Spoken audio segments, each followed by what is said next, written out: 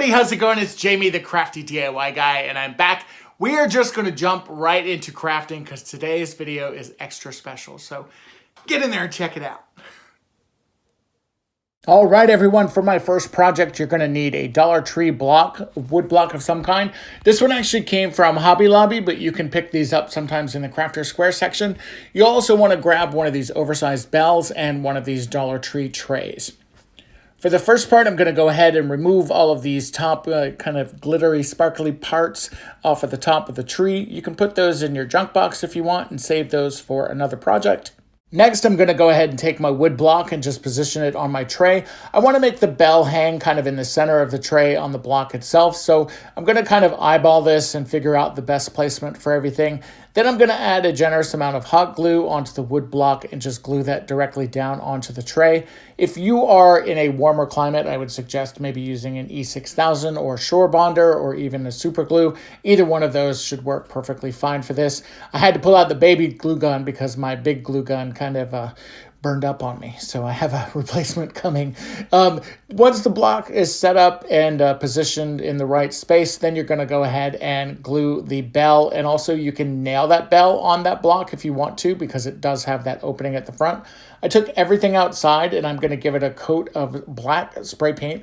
I'm using a flat black spray paint from Rust-Oleum. And then while this is still wet, I am going to go over top of it with a dark steel spray paint as well. And the reason why I'm doing that is because I want the black to just have a little bit of sparkle and a little bit of that aged look. So as you can see here, it almost completely makes it look silver or like that dark steel color again. But that's okay, because before this all dries, you're going to do one more coat and you'll reverse the coat. So when you do the second coat, do your silver and then do your black on top. Now, once you've got everything dry, go ahead and take your twist ties there from Dollar Tree. These are the wreath twist ties, or the, twist ties for the garland. You'll see that they wrap around here perfectly fine, and you're going to take 2 or 3 of them. And the idea here is just to cover up that block as much as possible. Now I'm going to take a strip of wide ribbon and go ahead and place it down the center of this. The idea here is to wrap the ribbon around the handle and around the block itself. You kind of want to make the ribbon look like it's what's actually holding up this bell. So hopefully that's making sense. I did add a little bit of hot glue on the tip of that ribbon right where my fingers are. And you'll probably see in about 3 seconds here, I burn myself.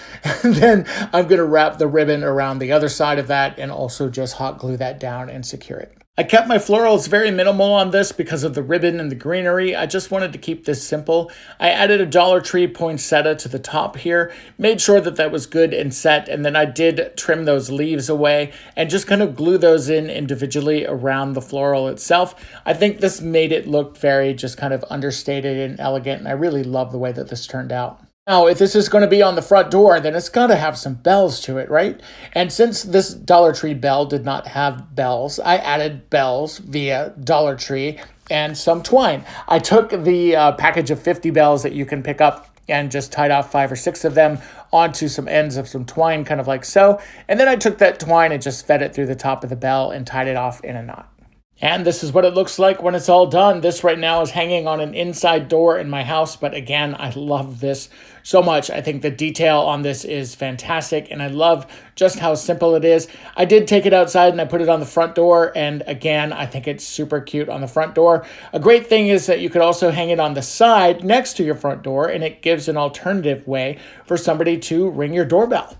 Now, I told you guys that today was going to be special, and that's because I am taking part in Heidi Sonboul's Friday Friend Hop, and linked down below in the description box is a link to the next channel in the hop.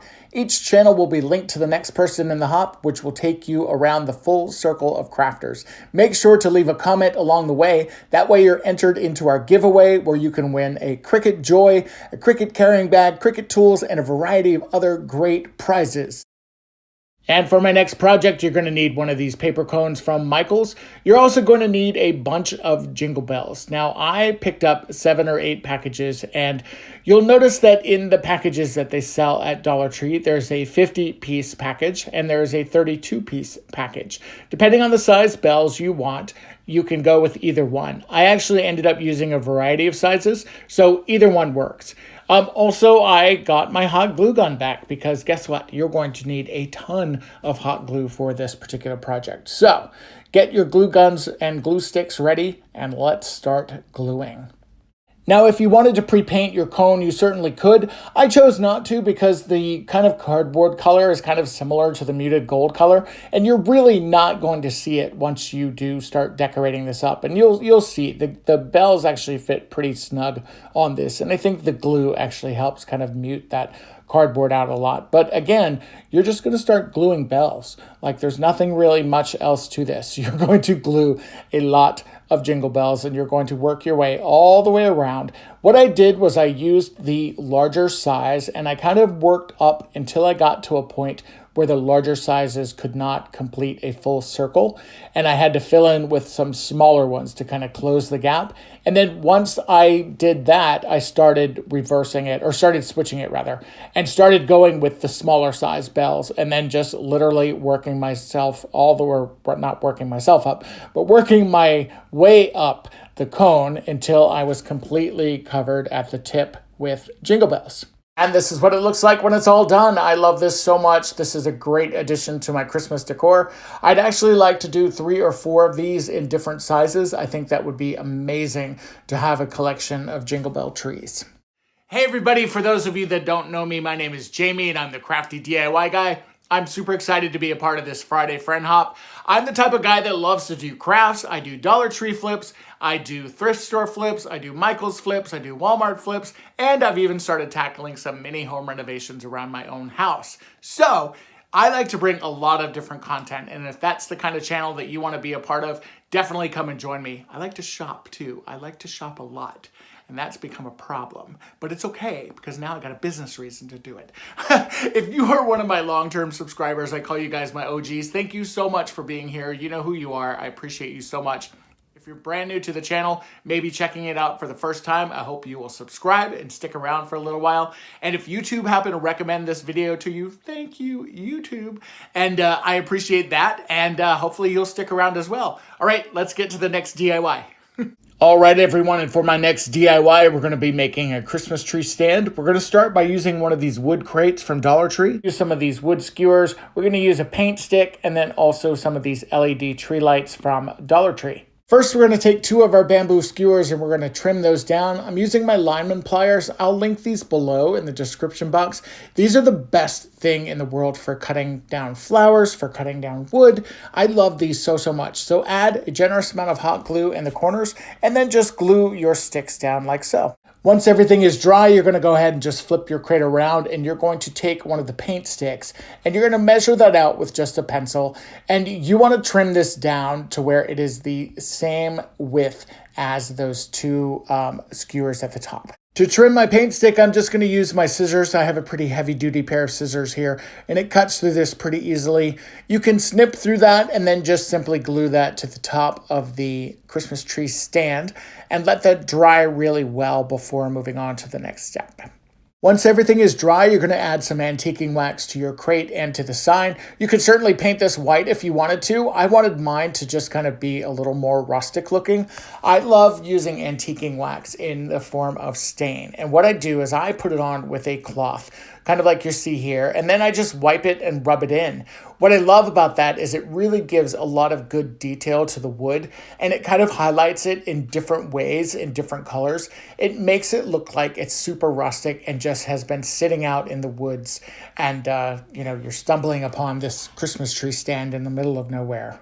I had some Dollar Tree wood letters and I'm going to take my Arteza acrylic paint pen here and just color these in. You could certainly use chalk paint if you wanted to. I love the way that these work. They're super easy, very simple to use. You're just literally coloring in each one of those letters to spell out the word tree. And then I'll take another one and a flat circle that I have, just a wood circle, and I'm going to paint that white. And my trees are going to be $5 each. What can I say? It's been a tough year. We all need a break, right? I added a simple black and white gingham bow to the top of my $5 sign just to give it a little bit of interest. I also added some raffia inside my crate to help protect those trees as they are on their way to the Christmas tree lot. And here it is, it's all done. I love the way that this looks. It turned out so cute and it puts off the right amount of light when you turn the lights off. I love the way that this is just very classic, very country Christmas. It reminds me of my family and I'm so looking forward to celebrating the season with them this year. And for my last DIY, we're going to be using these ornament packages that I picked up at Walmart. I love these because they're a 5-pack and you could get them for $1.98. Also, we're going to be using some of these wooden beads from Walmart. These wooden beads come in a garland strand, kind of like the red one that you see here. And what's really cool about these is that they're not individually knotted, so you can literally just take a scissors to one end of it and snip it and watch the beads fall. I highly recommend you have a bucket or a pail or a container of some kind to catch all of those beads. Now for my ornaments, I'm going to divide them up into two. And what we're going to do is we're going to take one black ornament and one white ornament and we're going to join them together. That one extra one you have, just push that aside. You'll see that we use that in a little while. And then because these are actually unfinished on the back side, we're going to glue those together kind of like so. So I would add some twine in the middle of them before you do that. And then I would go ahead and glue them together. And once your glue is dried, go ahead and start stringing your beads onto your twine. You can really do this in any color combination that you'd like. It really is up to you. For that wood tone, I liked that red and white. And then I kept the others neutral, just varying the black and white, the black, white, and brown beads. I really love these and love the way that they look. What's really cool about them is that you'll have that one extra ornament from the black and white set, and you'll have one extra ornament from the brown set. You can join those together and then you'll have 5 ornaments. Okay, one more real quick one. I took some black and white beads and strung them on a piece of buffalo check ribbon. And then I tied this tassel thing kind of at the end of it. Now I'm just gonna add a dab of hot glue on the top of his head. And then I'm gonna glue those beads and that ribbon directly down right on top of my nutcracker. And when they're all done, this is what they look like. I absolutely love these. I think that they're so perfect. I really love the way that that nutcracker turned out, and I think it's going to be the perfect complement to my Christmas tree. In my office, I decided to have a somewhat neutral tree, and again, super happy with the way that this turned out. I love these, and I hope that you'll go out and grab some of these ornaments and beads and make your own. Hey everybody, thank you so much for watching. I hope you enjoyed this video. Please remember to follow the link below and hop along our Friend Friday hop to the next video. And remember to comment along the way on each of the video. That way you are entered multiple times into our giveaway, where you can win a Cricut Joy as well as a bunch of other fantastic prizes. Thank you guys so much for watching. I hope you enjoyed, and please remember to subscribe to my channel. Thanks so much.